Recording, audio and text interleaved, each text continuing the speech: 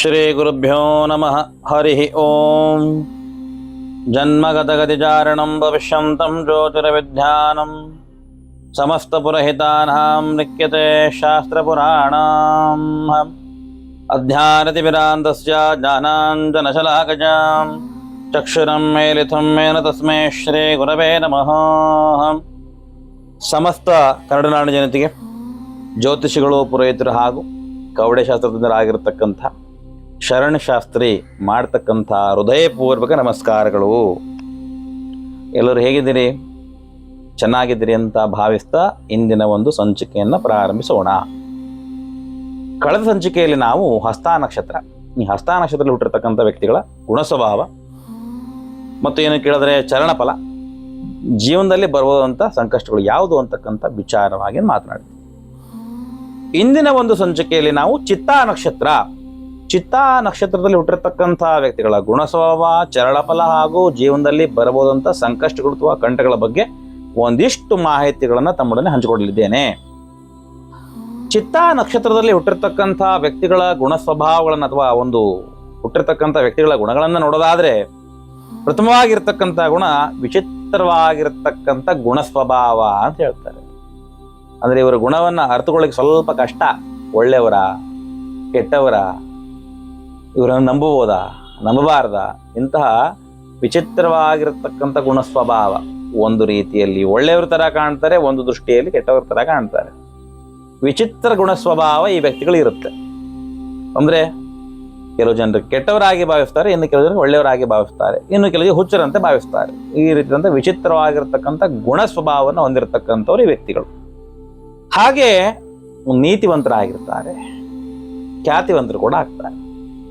ನೀತಿವಂತರು ಅಂದರೆ ನ್ಯಾಯವಾಗಿರ್ತಕ್ಕಂಥ ಮಾರ್ಗದಲ್ಲಿ, ಸತ್ಯದ ಮಾರ್ಗದಲ್ಲಿ ಬದುಕ್ತಕ್ಕಂಥವ್ರು. ಖ್ಯಾತಿವಂತರು ಅಂತಂದರೆ ತಾವು ಮಾಡ್ತಕ್ಕಂಥ ಕೆಲಸ ಕಾರ್ಯಗಳಲ್ಲಿ ಶ್ರದ್ಧೆ, ಭಕ್ತಿ ಉಳ್ತಕ್ಕಂಥವ್ರು, ಮತ್ತು ಮಾಡ್ತಕ್ಕಂಥ ಕೆಲಸದಲ್ಲಿ ನಿಷ್ಠೆಯಿಂದ ಆ ಕೆಲಸವನ್ನು ನೆರವೇರಿಸಿ ಆ ಒಂದು ಕೆಲಸದಲ್ಲಿ ಜಯವನ್ನು ಆಶಿಸಿ ಖ್ಯಾತಿವಂತರಾಗತಕ್ಕಂಥ ಸಾಧ್ಯತೆ ಕೂಡ ಈ ವ್ಯಕ್ತಿಗಳಲ್ಲಿ ಕಂಡು ಬರುತ್ತೆ. ಮತ್ತು ತಮ್ಮ ಒಂದು ಒಳ್ಳೆಯ ಬುದ್ಧಿವಂತಿಕೆಯಿಂದ ಅಥವಾ ಒಳ್ಳೆಯ ಒಂದು ಮನಸ್ಸಿನಿಂದ ಕೆಲವು ಜನರಿಗೆ ಉಪಕಾರವನ್ನು ಮಾಡ್ತಾರೆ. ಆ ಕೆಲಸ ಮತ್ತೊಂದಿಷ್ಟು ಜನರಿಗೆ ಸಹಿಸ್ಲಿಕ್ಕೆ ಆಗೋದಿಲ್ಲ. ಅಂದರೆ ಶತ್ರುಗಳಿಂದ ಏನಾಗುತ್ತೆ ಕೇಳಿದ್ರೆ ವ್ಯಕ್ತಿಗಳು ತುಂಬ ಒಂದಿಷ್ಟು ಬಾಧೆಗಳನ್ನು ಅನುಭವಿಸ್ತಾರೆ. ಆ ರೀತಿಯಂಥ ಗುಣ ಸ್ವಭಾವ ಈ ವ್ಯಕ್ತಿಗಳದ್ದು. ಮತ್ತೇನು ಕೇಳಿದ್ರೆ, ತಮ್ಮ ಒಂದು ಜೀವನದಲ್ಲಿ ಬಟ್ಟೆ ವಿಚಾರವಾಗಿ ಹಾಕ್ತಕ್ಕಂತಹ ಒಂದು ವಸ್ತ್ರ ಏನಿದೆ ಆ ಒಂದು ವಿಚಾರದಲ್ಲಿ ವಿಶೇಷವಾಗಿರ್ತಕ್ಕಂಥ ಆಸಕ್ತಿ ಉಳ್ತಾರೆ. ತರತರನಾದಂತಹ ವಿಶೇಷವಾಗಿ ವೆರೈಟಿ ಆಫ್ ಬಟ್ಟೆಗಳನ್ನು, ವಸ್ತ್ರಗಳನ್ನು ಧರಿಸ್ತಕ್ಕಂಥ ಗುಣ ಸ್ವಭಾವ ಇವ್ರದ್ದಿರುತ್ತೆ.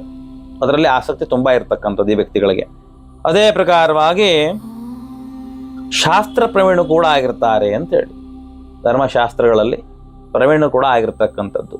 ಅಂದರೆ ಆಚಾರ, ವಿಚಾರ, ನಡವಳಿಕೆ, ಧರ್ಮ, ದೇವರು, ವಿದ್ವತ್ತು, ಈ ವಿಚಾರದಲ್ಲಿ ಶಾಸ್ತ್ರವನ್ನು ಇರತಕ್ಕಂಥವ್ರು, ಪ್ರವೀಣರಾಗಿರ್ತಕ್ಕಂಥವ್ರು, ಧರ್ಮನಿಷ್ಠೆ ಉಳ್ತಕ್ಕಂಥವರು ಈ ಒಂದು ಚಿತ್ತಾ ನಕ್ಷತ್ರದ ಜನರಾಗಿರ್ತಾರೆ. ಇನ್ನು ಚಿತ್ತಾ ನಕ್ಷತ್ರದ ಪ್ರಥಮ ಚರಣದಲ್ಲಿ ಹುಟ್ಟಿರ್ತಕ್ಕಂಥ ವ್ಯಕ್ತಿಗಳ ಸ್ವಭಾವವನ್ನು ನೋಡೋದಾದ್ರೆ ಏನು ಹೇಳ್ತಾರೆ? ಧರ್ಮಪ್ರಿಯರು ಅಂತ ಹೇಳ್ತಾರೆ. ನೋಡಿ, ನಾನು ಆಗಲೇ ಹೇಳಿದಾಗೆ ಪ್ರಥಮವಾಗಿ ಧರ್ಮದಲ್ಲಿ ನಿಷ್ಠೆ ಉಳ್ತಕ್ಕಂಥವ್ರು, ತಮ್ಮ ಒಂದು ಧರ್ಮದ ಬಗ್ಗೆ ಆಸಕ್ತಿ ಇರತಕ್ಕಂಥವ್ರು, ಪ್ರೀತಿ ಇರತಕ್ಕಂಥವ್ರು, ಧರ್ಮಾಭಿಮಾನ ಇರತಕ್ಕಂಥ ವ್ಯಕ್ತಿಗಳು ಇವರಾಗಿರ್ತಾರೆ ಅಂತ ಹೇಳ್ತಾರೆ. ಮತ್ತು ಈ ವ್ಯಕ್ತಿಗಳಿಗೆ ಏನು ಕೇಳಿದ್ರೆ ಹೆಚ್ಚೆಚ್ಚಾಗಿ ಪುತ್ರ ಸಂತಾನ ಭಾಗ್ಯ, ಮಕ್ಕಳನ್ನ, ಪುತ್ರ ಆದರೆ ಬರೀ ಗಂಡು ಮಕ್ಕಳು ಅಂತ ಅನ್ಕೊಳ್ಬೇಡಿ, ಪುತ್ರ ಪೋತ್ರಾದಿ ಅಂತಂದ್ರೆ ಹೆಣ್ಣು ಮಕ್ಕಳು, ಗಂಡು ಮಕ್ಕಳು ಅಂದರೆ ಹೆಚ್ಚಾಗಿ ಸಂತಾನ ಭಾಗ್ಯ ವ್ಯಕ್ತಿಗಳಿಗೆ ಹೆಚ್ಚಾಗಿ ಇರತಕ್ಕಂಥದ್ದು. ಮತ್ತೆ ರಾಜ ವೈಭವವನ್ನ ಈ ವ್ಯಕ್ತಿಗಳು ಅನುಭವಿಸ್ತಾರೆ ಅಂತ ಹೇಳಿ. ಅಂದ್ರೆ ವಿಶೇಷವಾಗಿರ್ತಕ್ಕಂಥ ಶ್ರೀಮಂತಿಕೆ, ವೈಭವದಿಂದ ಜೀವನ ನಡೆಸ್ತಕ್ಕಂಥದ್ದು. ರಾಜವೈಭವ ಸಾಮಾನ್ಯ ವೈಭವ ಅಲ್ಲ. ರಾಜವೈಭವ ಅಂದರೆ ವಿಶೇಷವಾಗಿರ್ತಕ್ಕಂಥ ದೊಡ್ಡ ಸ್ಥಾನದಲ್ಲಿದ್ದು ಆ ವೈಭವವನ್ನು ಅನುಭವಿಸ್ತಕ್ಕಂಥ, ವೈಭವದಿಂದ ಬಾಳ್ತಕ್ಕಂಥ ಒಂದು ಗುಣ ಸ್ವಭಾವ ಯೋಗ ಕೂಡ ಇವರಿಗಿರ್ತಕ್ಕಂಥದ್ದು. ಆದರೆ ಸ್ವಲ್ಪ ಚಪಲ ಬುದ್ಧಿ, ಇಷ್ಟೆಲ್ಲ ಇದ್ರೂ ಕೂಡ ಸ್ವಲ್ಪ ಚಪಲ ಇರುತ್ತೆ ಕೆಲವು ವಿಚಾರದಲ್ಲಿ. ಚಪಲ ಅಂತಂದರೆ ನಮ್ಗೆ ಗೊತ್ತಿರೋ ಹಾಗೆ ಅದು ಬೇರೆ ಬೇರೆ ವಿಚಾರ ಬರುತ್ತೆ. ಒಂದು ಚಟಗಳನ್ನು ಅನುಭವಿಸ್ಕೊಳ್ತಕ್ಕಂಥದ್ದು, ಮಾತಾಡ್ತಕ್ಕಂಥ ಚಪಲತೆ, ಬೇರೆಯವ್ರ ಬಗ್ಗೆ ಏನಾರು ಹೇಳ್ತಕ್ಕಂಥ ಚಪಲತೆ ಕೂಡಿರುತ್ತೆ. ಕ್ರೂರ ಸ್ವಭಾವ ಕೂಡ ಇವರನ್ನ ಆವರಿಸ್ಕೊಳ್ತಾ ಹೋಗುತ್ತೆ ಅಂತ ಹೇಳ್ತಾರೆ. ಒಂದಿಷ್ಟು ಕ್ರೂರವಾಗಿರ್ತಕ್ಕಂಥ ಮನಸ್ಥಿತಿ ಕೂಡ ಈ ವ್ಯಕ್ತಿಗಳಲ್ಲಿ ಹೆಚ್ಚಾಗಿ ಕಂಡುಬರುತ್ತೆ ಅಂತೇಳಿ. ಅದೇ ಪ್ರಕಾರವಾಗಿ ಚಿತ್ತಾ ನಕ್ಷತ್ರ ದ್ವಿತೀಯ ಚರಣದಲ್ಲಿ ಹುಟ್ಟಿರ್ತಕ್ಕಂಥ ವ್ಯಕ್ತಿಗಳ ಸ್ವಭಾವವನ್ನು ನೋಡೋದಾದ್ರೆ, ಎರಡನೇ ಚರಣದಲ್ಲಿ ಹುಟ್ಟಿರ್ತಕ್ಕಂಥ ಒಂದು ವ್ಯಕ್ತಿಗಳು ಏನಂತ ಹೇಳಿದ್ರೆ ಸ್ವಲ್ಪ ಜಿಪುಣ ಬುದ್ಧಿ, ಜಿಪುಣತನ ಹೆಚ್ಚಾಗಿ ಇರುತ್ತೆ ವ್ಯಕ್ತಿಗಳಲ್ಲಿ. ಅಂದ್ರೆ ಏನಾದ್ರು ಒಂದು ವಸ್ತುಗಳನ್ನ ಯಾರ್ಯಾರು ದಾನ ಧರ್ಮ ಮಾಡ್ಬೇಕು ಸ್ವಲ್ಪ ವಿಚಾರ ಮಾಡ್ತಾರೆ. ಎರಡನೇ ಚಲ ಹುಟ್ಟಿರ್ತಕ್ಕಂಥವ್ರು ದಾನ ಧರ್ಮ ಮಾಡ್ಬೇಕಂದ್ರೆ ದ್ವಿತೀಯದಲ್ಲಿ ಹುಟ್ಟಿರ್ತಕ್ಕಂಥ ವ್ಯಕ್ತಿಗಳು ಸ್ವಲ್ಪ ಜಿಪುಣತನ ಇರತಕ್ಕಂಥದ್ದು, ಹಣವನ್ನ ಕೊಟ್ಟಿರ್ತಕ್ಕಂಥದ್ದು ಅಥವಾ ತಮ್ಮಲ್ಲಿರ್ತಕ್ಕಂಥ ವಸ್ತುಗಳನ್ನ ಯಾರು ಕೊಡದೇ ಇರತಕ್ಕಂಥದ್ದು, ಕಷ್ಟ ಕಾಲದಲ್ಲಿ ಸಹಾಯ ಮಾಡದೇ ಇರತಕ್ಕಂಥ, ಹಣ ಇದ್ರೂ ಕೂಡ ಬೇರೆಯವ್ರಿಗೆ ದಾನ ಮಾಡದೇ ಇರತಕ್ಕಂಥ ಮನಸ್ಥಿತಿ, ಜಿಪುಣತನ ಹೆಚ್ಚಾಗಿರ್ತಕ್ಕಂಥದ್ದು. ವಿನೋದಗಳಲ್ಲಿ ಏನು ಕೇಳಿದ್ರೆ ಅತ್ಯಂತ ಆಸಕ್ತಿ ಇರುತ್ತೆ. ವಿನೋದಗಳು ಅಂತಂದ್ರೆ ಕೆಲವೊಂದಿಷ್ಟು ಸುಖ ಭೋಗಗಳನ್ನ ಅನುಭವಿಸೋದ್ರಲ್ಲಿ ಚತುರರಾಗಿರ್ತಾರೆ ವ್ಯಕ್ತಿಗಳು. ಜೊತೆಗೆ ಸವಿ ಮಾತುಗಳನ್ನ ಆಡ್ತಕ್ಕಂಥವ್ರು, ಗೊತ್ತಾಯ್ತಾ, ಮೃದುವಾಗಿರ್ತಕ್ಕಂಥ ಸಿಹಿಯಾಗಿರ್ತಕ್ಕಂಥ ಮಾತುಗಳನ್ನ ಆಡ್ತಕ್ಕಂಥ ಕೌಶಲ್ಯವಿರುತ್ತೆ. ಮತ್ತೆ ಸೌಖ್ಯವಂತರು ಕೂಡ ಇರ್ತಾರೆ. ಎಲ್ಲ ರೀತಿಯ ಸುಖವನ್ನ ಅನುಭವಿಸ್ತಕ್ಕಂಥ ಒಂದು ಯೋಗ ಕೂಡ ಇರುತ್ತೆ. ಅದೇ ರೀತಿಯಾಗಿ ಅತ್ಯಂತ ಬುದ್ಧಿಶಾಲಿಗಳು ಕೂಡ ಆಗಿರ್ತಾರೆ.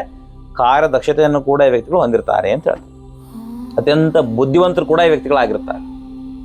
ಮಾಡ್ತಕ್ಕಂಥ ಕೆಲಸದಲ್ಲಿ ಅತಿ ಬುದ್ಧಿವಂತಿಕೆಯಿಂದ ಕೆಲಸವನ್ನ ಮಾಡಿ ಕಾರ್ಯದಕ್ಷತೆಯನ್ನ ಪಡ್ಕೊಳ್ತಕ್ಕಂಥದ್ದು. ಆ ಕೆಲಸ ಸಿದ್ಧಿ ಆಗೋವರೆಗೂ, ಆ ಕೆಲಸ ಕಂಪ್ಲೀಟ್ ಆಗೋವರೆಗೂ ಬಿಡೋದಿಲ್ಲ. ಅದರಿಂದ ಲಾಭ ಬೇಕೇ ಬೇಕು ಅಂತಕ್ಕಂಥ ಮನಸ್ಥಿತಿ, ಅಂತಹ ಕಾರ್ಯದಕ್ಷತೆಯನ್ನ ಕೂಡ ಹೊಂದಿರತಕ್ಕಂಥವ್ರು ಆಗಿರ್ತಾರೆ ಎರಡನೇ ಸಲ ಹುಟ್ಟಿರ್ತಕ್ಕಂಥವ್ರು. ಇನ್ನು ಚಿತ್ತಾ ನಕ್ಷತ್ರ ತೃತೀಯ ಚರಣದಲ್ಲಿ ಹುಟ್ಟಿರ್ತಕ್ಕಂಥ ವ್ಯಕ್ತಿಗಳ ಸ್ವಭಾವವನ್ನು ನೋಡೋದಾದ್ರೆ, ಅತ್ಯಂತ ಧನ ಸಂಪತ್ತು, ಹಣವಾದಿ, ವಿಶೇಷವಾಗಿರ್ತಕ್ಕಂಥ ಧನ ಸಂಪತ್ತು, ಹೆಚ್ಚೆಚ್ಚಾಗಿ ಹಣ ಇವರಲ್ಲಿರುತ್ತೆ. ಧನ ಸಂಪತ್ತು ಹೆಚ್ಚಾಗಿ ಹೊಂದಿರತಕ್ಕಂಥವ್ರು, ಕೀರ್ತಿವಂತರು ಕೂಡ ಆಗಿರ್ತಕ್ಕಂಥ ವ್ಯಕ್ತಿಗಳು. ಹಣವಂತರು ಆಗಿರ್ತಾರೆ ಮತ್ತು ಕೀರ್ತಿವಂತರು ಕೂಡ ಆಗ್ತಾರೆ. ಸಮಾಜದಲ್ಲಿ ಒಳ್ಳೆ ಕೀರ್ತಿಶಾಲಿಗಳಾಗಿ ಬೆಳೀತಾರೆ ವ್ಯಕ್ತಿಗಳು. ಮತ್ತೆ ಏನು ಕೇಳಿದ್ರೆ, ಮನೆ ಇರತಕ್ಕಂಥ ಹೆಂಡತಿ ಮಕ್ಕಳ ಭಯ ಈ ವ್ಯಕ್ತಿಗೆ ಇರೋದಿಲ್ಲ. ಅಂದ್ರೆ ಯಾರ ಬಗ್ಗೆನೂ ಕೂಡ ಭಯ ಅಂತಕ್ಕಂಥದ್ದು ಈ ವ್ಯಕ್ತಿಗಳಿಗೆ ಇರೋದಿಲ್ಲ. ಅದರಲ್ಲೂ ಮನೆ ಇರತಕ್ಕಂಥ ಹೆಂಡತಿ ಮಕ್ಕಳ ಬಗ್ಗೆ ವಿಚಾರ ಮತ್ತು ಭಯ ಯಾವುದು ಕೂಡ ಇರೋದಿಲ್ಲ. ಮತ್ತೆ ಸದಾಕಾಲವಾಗಿ ಏನು ಕೇಳಿದ್ರೆ ಜಯ ಅಂತಕ್ಕಂಥದ್ದು ಇವ್ರ ಹಿಂದೆನೇ ಬರ್ತಾ ಇರುತ್ತೆ. ಜಯ ಯಾವಾಗ ಕೂಡ ವಿಜಯವೇ ಪ್ರಾಪ್ತವಾಗ್ತಕ್ಕಂಥ ಮನಸ್ಥಿತಿಗಳು. ಹಾಗೂ ಶೂರ ಆಗಿರ್ತಾರೆ, ಧೈರ್ಯಶಾಲಿ ಕೂಡ ಈ ವ್ಯಕ್ತಿಗಳು ಆಗಿರ್ತಕ್ಕಂಥದ್ದು. ಇನ್ನು ನಾಲ್ಕನೇ ಚರಣದಲ್ಲಿ ಹುಟ್ಟಿರ್ತಕ್ಕಂಥ ವ್ಯಕ್ತಿಗಳ ಸ್ವಭಾವವನ್ನು ನೋಡೋದಾದ್ರೆ ಏನ್ ಹೇಳ್ತಾರೆ ಅಂತಂದ್ರೆ, ಅತ್ಯಂತ ಸಾಹಸವಂತರು ಅಂತ ಹೇಳ್ತಾರೆ. ಸಾಹಸವಂತರು ಅಂದ್ರೆ ವಿಶೇಷವಾಗಿ ಸಾಹಸದ ಕೆಲಸಗಳಲ್ಲಿ ತಮ್ಮನ್ನು ತಾವು ತೊಡಸ್ಕೊಳ್ತಾರೆ.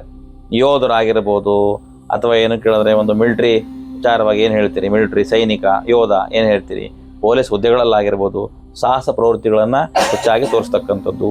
ಒಂದು ಕ್ರೀಡೆ ವಿಚಾರದಲ್ಲಿ ಸಾಹಸ ಮೆರಿತಕ್ಕಂಥದ್ದು, ಒಂದು ಧನುರ್ವಿದ್ಯೆಗಳಲ್ಲಿ ಅಥವಾ ಏನು ಕೇಳಿದ್ರೆ ಬಾಹುಬಲದಲ್ಲಿ ಸಾಹಸ ತೋರ್ತಕ್ಕಂಥದ್ದು ಈ ವ್ಯಕ್ತಿಗಳ ಗುಣ ಸ್ವಭಾವ ಆಗಿರತಕ್ಕಂಥದ್ದು. ಮತ್ತೆ ಏನು ಇವರ ಒಂದು ಸಮಸ್ಯೆ ಅಂದ್ರೆ, ಯಾವಾಗಲೂ ಕೂಡ ದುಃಖ ಭಾಗಿಯಾಗಿರ್ತಾರೆ. ಯಾರು ಕೂಡ ಒಂದು ದುಃಖದಲ್ಲಿ ಇದ್ರೆ ಅದರಲ್ಲಿ ಭಾಗಿಯಾಗಿ ತಾವು ಕೂಡ ಸಂತಾಪ ತೋರಿಸ್ತಕ್ಕಂಥ ಒಂದು ಮನಸ್ಥಿತಿ. ಮತ್ತೇನು ಕೇಳಿದ್ರೆ ಸ್ವಲ್ಪ ವೈರತ್ವ ಬುದ್ಧಿ ಇರುತ್ತೆ. ಬೇರೆಯವರನ್ನ ವಿರೋಧ ಮಾಡತಕ್ಕಂಥ ಮನಸ್ಥಿತಿ, ಶತ್ರುತ್ವವನ್ನು ಬೆಳೆಸ್ಕೊಳ್ತಕ್ಕಂಥದ್ದು ಹೆಚ್ಚಾಗಿರ್ತಕ್ಕಂಥದ್ದು. ವೈರತ್ವವನ್ನು ವೃದ್ಧಿ ಮಾಡ್ಕೊಳ್ತಾ ಹೋಗ್ತಾರೆ, ಅಂದ್ರೆ ದ್ವೇಷವನ್ನು ಹೆಚ್ಚು ಮಾಡ್ಕೊಳ್ತಾ ಹೋಗ್ತಾರೆ ಮನಸ್ಸಲ್ಲಿ ಈ ವ್ಯಕ್ತಿಗಳು. ಕೆಲವೊಂದಿಷ್ಟು ಕೆಟ್ಟ ಮಾರ್ಗಗಳನ್ನು ಕೂಡ ಆಯ್ಕೆ ಮಾಡಿಕೊಳ್ತಕ್ಕಂಥ ಪರಿಸ್ಥಿತಿ ನಿರ್ಮಾಣವಾಗ್ತಕ್ಕಂಥ. ಕೆಟ್ಟ ಮಾರ್ಗಗಳು, ಕೆಟ್ಟ ಮಾರ್ಗಾವಲಂಬಿ ಅಂದ್ರೆ ಕೆಟ್ಟದಾಗಿರ್ತಕ್ಕಂಥ ಬೇಡದೇ ಇರತಕ್ಕಂಥ ಮಾರ್ಗವನ್ನ, ದಾರಿಯನ್ನ ಅನುಸರಣೆ ಮಾಡತಕ್ಕಂಥ ಮನಸ್ಥಿತಿಗಳು ಈ ವ್ಯಕ್ತಿಗಳಿಗೆ ಬರುತ್ತೆ. ದಿಟ್ಟತನದಿಂದಲೂ ಕೂಡ ಈ ವ್ಯಕ್ತಿಗಳು ಕೂಡಿರ್ತಾರೆ. ದಿಟ್ಟತನ ಅಂತಂದ್ರೆ ಇರತಕ್ಕಂಥ ಒಂದು ಕೆಲಸದಲ್ಲಿ ಕಾರ್ಯದಕ್ಷತೆ ಮತ್ತು ಆ ಕೆಲಸವನ್ನ ದಿಟ್ಟತನದಿಂದ, ಧೈರ್ಯದಿಂದ ಏನ್ ಮಾಡ್ತಕ್ಕಂಥದ್ದು, ನಂಬಿಕೆಯಿಂದ, ಶ್ರದ್ಧೆಯಿಂದ, ದಿಟ್ಟತನದಿಂದ ಆ ಕೆಲಸವನ್ನ ನಡೆಸ್ಕೊಂಡು ಹೋಗತಕ್ಕಂಥ ಮನಸ್ಥಿತಿ ಕೂಡ ಈ ವ್ಯಕ್ತಿಗಳಲ್ಲಿ ಇರತಕ್ಕಂಥದ್ದು. ಇದು ಚಿತ್ತಾ ನಕ್ಷತ್ರ ಪ್ರಥಮ, ದ್ವಿತೀಯ, ತೃತೀಯ ಹಾಗೂ ಚತುರ್ಥ ಚರಣದಲ್ಲಿ ಹುಟ್ಟಿರ್ತಕ್ಕಂಥ ವ್ಯಕ್ತಿಗಳ ಗುಣ ಸ್ವಭಾವಗಳು, ಫಲಗಳು ಅಂತ ತಿಳಿದುಕೊಳ್ಳಬಹುದು, ಚರಣ ಫಲ. ಇನ್ನು ಚಿತ್ತಾ ನಕ್ಷತ್ರದಲ್ಲಿ ಹುಟ್ಟಿರ್ತಕ್ಕಂಥ ವ್ಯಕ್ತಿಗಳಿಗೆ ತಮ್ಮ ಒಂದು ಜೀವಿತಾವಧಿಯಲ್ಲಿ ಬರಬಹುದಾದಂಥ ವಿಪತ್ತುಗಳು, ಕಂಟಗಳು, ಬಾಧೆಗಳು ಯಾವುದು ಅಂತಕ್ಕಂಥ ವಿಚಾರವನ್ನು ನೋಡೋದಾದ್ರೆ, ಹುಟ್ಟಿರ್ತಕ್ಕಂಥ 1ನೇ ವರ್ಷದಲ್ಲಿ ಚಿಕ್ಕ ಮಗು ಆಗಿರ್ತಕ್ಕಂಥ ಸಂದರ್ಭದಲ್ಲಿ ಶೀತಾದಿ ರೋಗ ಪೀಡೆ ಅಂತ ಹೇಳ್ತಾರೆ. ಅಂದ್ರೆ ನೆಗಡಿ, ಶೀತ ಅಂತ ಹೇಳಿದ್ರೆ ಇದರಿಂದ ತುಂಬಾ ತೊಂದರೆ ಆಗತಕ್ಕ ಸಾಧ್ಯತೆ ಇರುತ್ತೆ.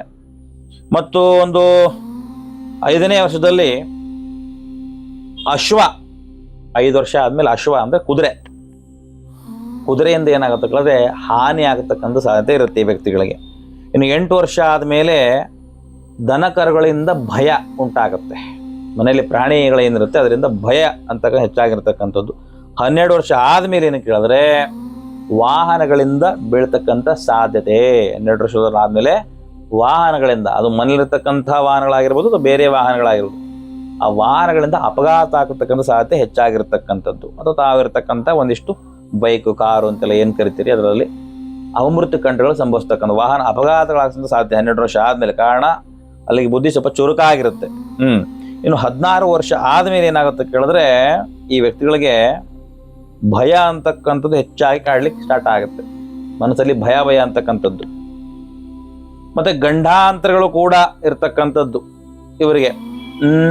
ಗಂಡಾಂತರಗಳು ಕೂಡ ಹೆಚ್ಚೆಚ್ಚಾಗಿ ಕಾಡ್ತಕ್ಕಂಥದ್ದು. ಜೊತೆಗೆ 21 ವರ್ಷ ಆದ ಮೇಲೆ ಶಸ್ತ್ರಭಯ ಅಂತಕ್ಕಂಥದ್ದು ಹೆಚ್ಚಾಗಿ ಕಾಡ್ಲಿಕ್ಕೆ ಪ್ರಾರಂಭ ಆಗುತ್ತೆ. ಶಸ್ತ್ರಭಯ, ಶಸ್ತ್ರಾಸ್ತ್ರಗಳಿಂದ ಭಯ ಅಂತಕ್ಕಂಥದ್ದು ಹೆಚ್ಚಾಗಿ ಕಾಡ್ಲಿಕ್ಕೆ ಪ್ರಾರಂಭವಾಗ್ತಕ್ಕಂಥದ್ದು.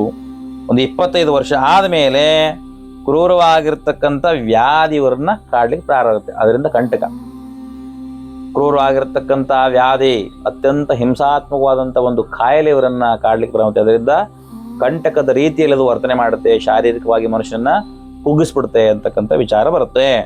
ಇನ್ನು ಒಂದು 30-40 ವರ್ಷ ಆದಮೇಲೆ ವ್ಯಕ್ತಿಗಳಿಗೆ ಏನಾಗುತ್ತೆ ಕೇಳಿದ್ರೆ ಒಂದು ಬಾಧೆ ಅಂತಕ್ಕಂಥದ್ದು ವಿಶೇಷವಾಗಿ ಮತ್ತೆ ಕಾಡ್ಲಿಕ್ಕೆ ಪ್ರಾರಂಭ ಆಗುತ್ತೆ. 21 ವರ್ಷ ಆದಮೇಲೆ ಒಂದು ಕಂಟಕ ಬರುತ್ತೆ.